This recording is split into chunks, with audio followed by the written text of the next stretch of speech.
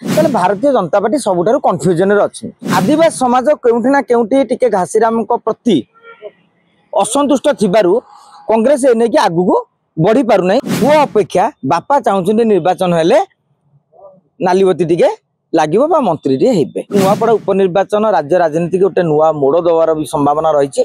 देखंतु नवेम्बर जेहेतु बिहार निर्वाचन हम एवं एने की विज्ञप्ति प्रकाश पाई नहीं, तेणु कौन दल किए प्रार्थी हो बोली घोषणा करती नहीं। तार गोटा विधि रही जिते बड़े सभापति लिखिकी देवे जे नुआपड़ा आमर अमुक प्रार्थी हेबे। तेणु से विजु जनता दल आंचलिक दल तांकर सबु निष्पत्ति आप देखिए भुवनेश्वर हेबो एवं अन्य दुईटाक दलर निष्पत्ति दिल्ली रे हबो। एठी कांग्रेस स्वतंत्र भाव में गोटे कमिटी तैयारी हबो। कांग्रेस पक्षरु किए किए आशायी प्रार्थी अच्छे गोटे तालिका मगा हबो। परवर्ती समय पीसीसी टीम टा भक्तचरण दास नेतृत्व में गोटे एनालिसिस करेंगे।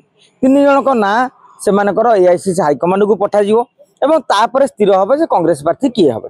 तेबे आजिका दिन में जब कांग्रेस कथा चिंता करवा घासीराम माझी को दल प्रार्थी करने योजना किंतु आदिवासी समाज केउठी ना केउठी टिके घासीराम को प्रति असंतुष्ट थिबारु कांग्रेस एने कि आगु को बढ़ी पारु नै। किंतु जेहेतु आप देखिथिबे नुआपड़ा वर्तमान जिला सभापति घासीराम माझी होती, तेणु नुआपड़ू से प्रार्थी होबार माने वर्तमान 1 नंबर रेस अच्छे प्रार्थी हेबे कहले भूल हेब ना। आपड़ जो भारतीय जनता पार्टी कथा कहवा ताले भारतीय जनता पार्टी सबुठारु कन्फ्यूजन रे अछि। काहेकि एई निर्वाचन उपनिर्वाचन होउचंदी मोहन सरकार प्रथम उपनिर्वाचन। मोहन सरकार सब कहते आम लोकर कम करूँ 15 मास भर अनेक प्रतिश्रुति पूरण करूँ एवं भारतीय जनता प्रति गोटे लोकर भाव बढ़ी बोली मनमोहन सामल कहते। तेणु एक चैलेंज यहाँ जे केउ भली भाव में उपनिर्वाचन से माने बाजीमात करेंगे। ओडिशा राजनीतिक इतिहास आप अनुसरण करेंगे विगत दिन मानक उपनिर्वाचन मानक धाम नगर को छाड़देले आ सबु उपनिर्वाचन में शासक दल माने बिजु जनता दल जो शासन करूला एक पाखिया भाव में बाजीमात करूला। किंतु नुआपड़ा प्रथम थर पर आम उपनिर्वाचन गोटा दमदारी निर्वाचन ये देखा बीजेडी हो बीजेपी हो कांग्रेस हो तीन दलंकर गोटे भल दबदबा रही माने कहीं क्या कम ना 61,000 भोट पाई बिजु जनता दल पाखापाखि 51,000 भोट पाई आमर घासीराम माझी 15,000 भोट पाई कांग्रेस। जदि दीटा भोट मिसुची 66,000 कांग्रेस शक्ति अच्छी 60,000 ऊर्ध्व शक्ति अच्छी बिजु जनता दल। किंतु सबुठारु बीजेपी चिंतार विषय है भारतीय जनता पार्टी जी 3 नंबर दल में ताने बर्तमान सुधा 45,000 भोट्रे दल को जितियापाई हेले अन्य दलू 10,000 भोट टाणिया पड़ो एवं दलू किए प्रार्थी हम।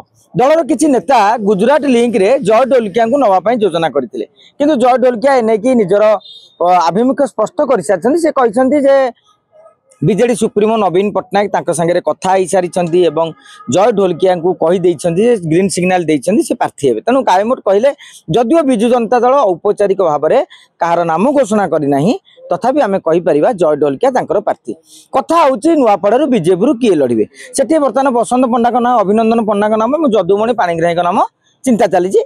बसंत पंडा दीर्घ दिन धरी से लड़ुंट किंतु जितवा मात्र 2 थर जीति कथर पुओ लड़की तृतीय स्थान को अच्छा एथर बसंत पंडा लड़ाई चाहते जदि से जितबे ताले गोटे कैबिनेट मंत्री होवार संभावना रही। तेणु पुओ अपेक्षा बापा चाहते निर्वाचन हेले नालीबती टिके लागिबो बा मंत्री टिके हेबे।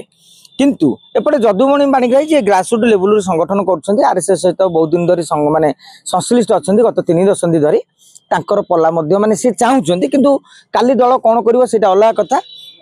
जदि भारतीय जनता पार्टी ढोलकिया को नहीं पारि थांदा ताले विजय संभावना उज्जवल था। आज दिन में बीजेपी गोटे कठिन स्थिति रही आजिका दिन में कहवा अंक को देखिकी ताले बैकफुट अच्छी। आम नुआपड़ा उपनिर्वाचन को 3 भाग में विभक्त कर विचार कर गोटे हूँ वर्तमान राजनीतिक समीकरण जो संख्या को लेकिन जोटा मुझे कहती किए के भोट पाई 24 निर्वाचन में। द्वितीयटा हम प्रार्थित्व को लेकिन तृतीय हम जो निर्वाचन प्रचार हम राजनीतिक समीकरण टा कुआड़े जाऊँ मन आज तुम कांग्रेस अच्छ काली हुए तो बीजेपी की जीवरी पैसा लोभे ताने अंक बदल। तेणु आप नुआपड़ा उपनिर्वाचन राज्य राजनीति गोटे नुआ मोड़ दवार भी संभावना रही। कहीं जी जितब तार खातिर राज्य राजनीति में बढ़ीज। तेणु आम देखा नुआपड़ा उपनिर्वाचन में कौ दल बाजीमात करुच्ची।